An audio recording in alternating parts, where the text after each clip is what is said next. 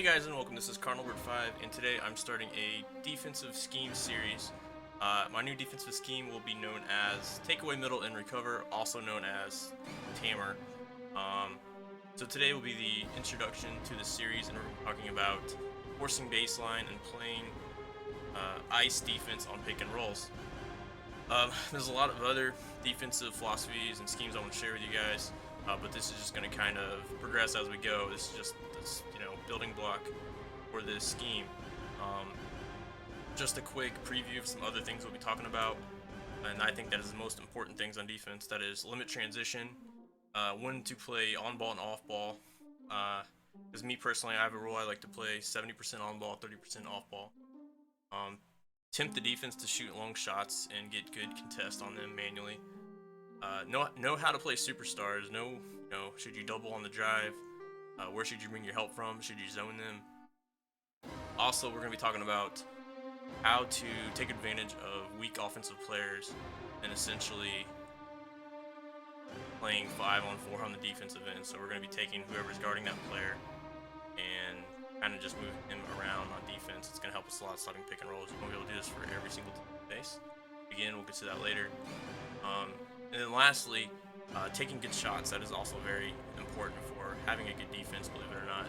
And that's one thing that leads to, or that ties in with limiting transition.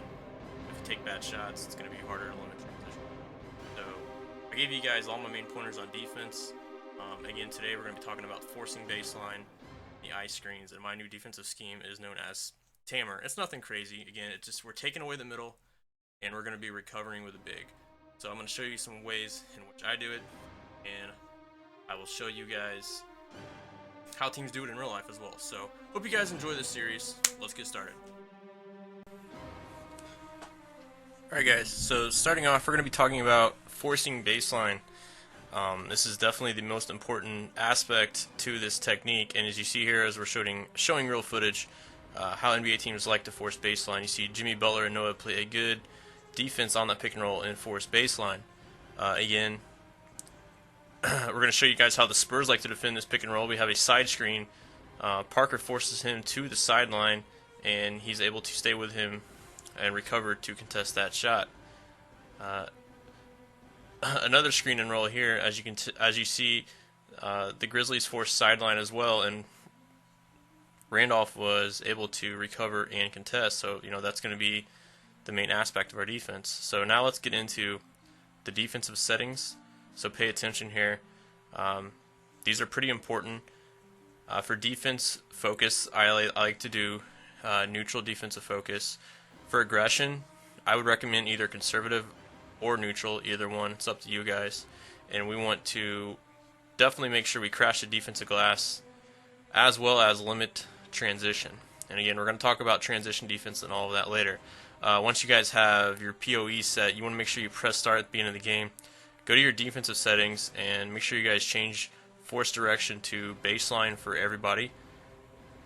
And again, we'll get into individual defense settings later on, but this is for everybody on the team. So we want to force them baseline, obviously. Leave the pressure on auto. For on-ball screen and on-ball screen center, you want to put it on ice. And then for the hedge on center, you want to put no hedge or leave it on auto. It's up to you guys. If you leave it on auto, you might see some more aggressive hedging, which could definitely come back to bite you if you're facing a good roller. In the post, you can play the bottom or you can play directly behind. That doesn't matter as much. So now we're going to take a look at some defensive settings, and my opponent is using the Nuggets. So I didn't change too much. I know their point guard can't shoot. So what I like to do is I like to look for the shooters and go to deny. So I figured out their center could shoot, Fareed can't shoot, and Gallinari can shoot, and Gary Harris can shoot too. So I like to put deny. If you guys don't put deny, they will get lost in the defensive rotation. So let's show you guys what I'm talking about forcing baseline and using this ice technique. Again, this is online footage, so this is just a general concept, guys. Force baseline, take away that middle.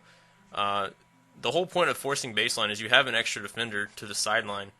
If they can't run out of bounds, it's essentially an extra defender, so it's easier to defend. If you guys force to the middle, it breaks down the defense, and leads to defensive breakdowns because your guys have to collapse. You do not want to force middle. More often than not, you do not want to force middle. There's certain times you can.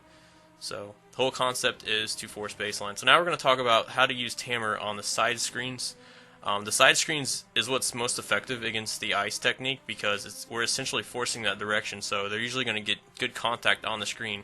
So there's numerous ways you can play it. You can take control of your point guard and manually, adjust, but you have to be careful because they might cross you over and go back to the middle. You can also play the big, do a soft hedge and then recover, or you can manually bring a guard over like I did there and stole that pass. If you're facing a team that has, somebody that can't shoot, feel free to play off that guy and take a guard over and go for those interceptions. There's a lot of ways you can play this, but the side screen is essentially the best way to counteract ice, but you can still defend it very, very well if you know your personnel and know what your opponent is trying to do. So right here, I kind of got lucky there on the block. So, but again, guys, look at this. See how we're forcing baseline here, or not how we're forcing baseline, but you see how the Bulls force baseline. All right, I know I showed this earlier, but let me show you guys this. Doesn't this look awfully similar to real life basketball and what I showed you and what the Bulls are trying to do? He tries to bring a side screen. I was still able to force him baseline. I got help from my big. I was able to recover and forced him to a contact layup, and he missed. Sometimes they'll make him, but more often than not, they'll miss him, and that's what we want to play. We want to play the odds here. So now we want to get into how to defend the middle screens, and these should come naturally when you're running ice. Your on-ball guy will take away that screen, so there will be no contact, and it essentially will allow your guys to stay at home on defense. There will be no defensive rotations necessary if you guys can, take away that contact from your on-ball defender. If he doesn't get any contact from the screen, then you're good. That's your money. That's what the whole point of it is. So you want to force him baseline and just stay with it and recover. There, my opponent did get an open shot, but I kind of just want to show you guys, how you can defend this. You can defend this. I like to let the computer on the side screens, or on the middle screens, I like to let the computer play defense, and I kind of like to play off ball a little bit. However, on the side screens, I like to play more on ball. So now we're going to take a look at some defensive rotation breakdowns. All right, so we're showing some real basketball here, and see how the Brooklyn Nets play this screen. They force them to the middle. Their hedger was not fast enough to recover, and there was no help defense. You have to have one of the two guys. You have to have either really good help defense, or the guy that's containing the pick and roll, that's guarding that's doing the hedging or no hedging, I guess. He has to be quick enough to be able to recover and help, as well as recover and get back to his man if he can shoot. So you have to pick your poison and know how to defend it. And you see here another breakdown on defense. They get a nice little floater. So this is the whole point. You don't want to force middle. It breaks down your defense. As you see here, Duncan gets a nice little bank shot, and that's money for Duncan. So that's why we want to take away the middle, guys. It breaks down your defense. If we force to the sideline, we essentially have, a sixth defender.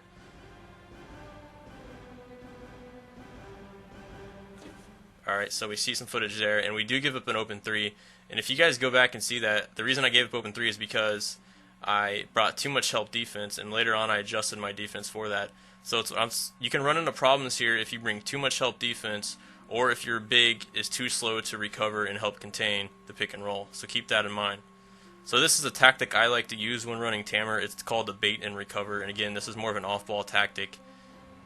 So let me just show you guys. See, the computer does a job for you if you run the ice and they try to go middle.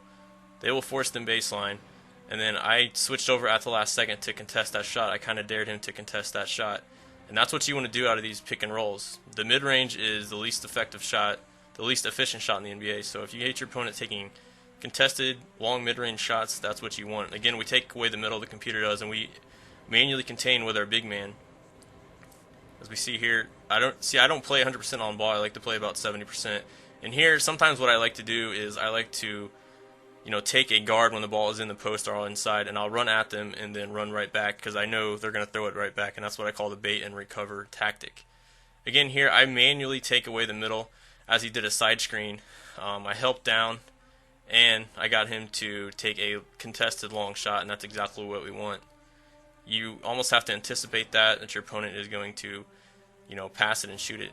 You just have to have good anticipation. Like right here, I figured he was going to swing and shoot it. It was a really bad shot, and we got the contest on it. He should have kicked it back. As you see here, we force baseline. He gets it to the elbow.